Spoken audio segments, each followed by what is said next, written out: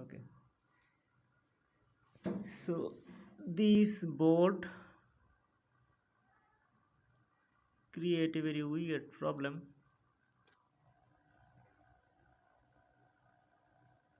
I turn it off and keep it for 2 days and again turn it on. I disconnected the battery, but it does not work. And it also happened like 2 days before. I had to like spend my entire day.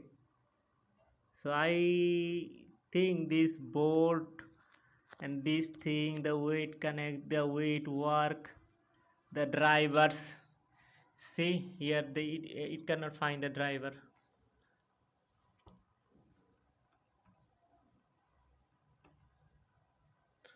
বদনাম করবো না কেন?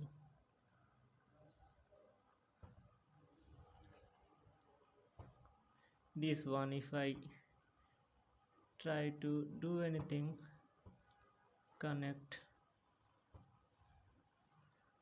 so I tried all the solution available but nothing work.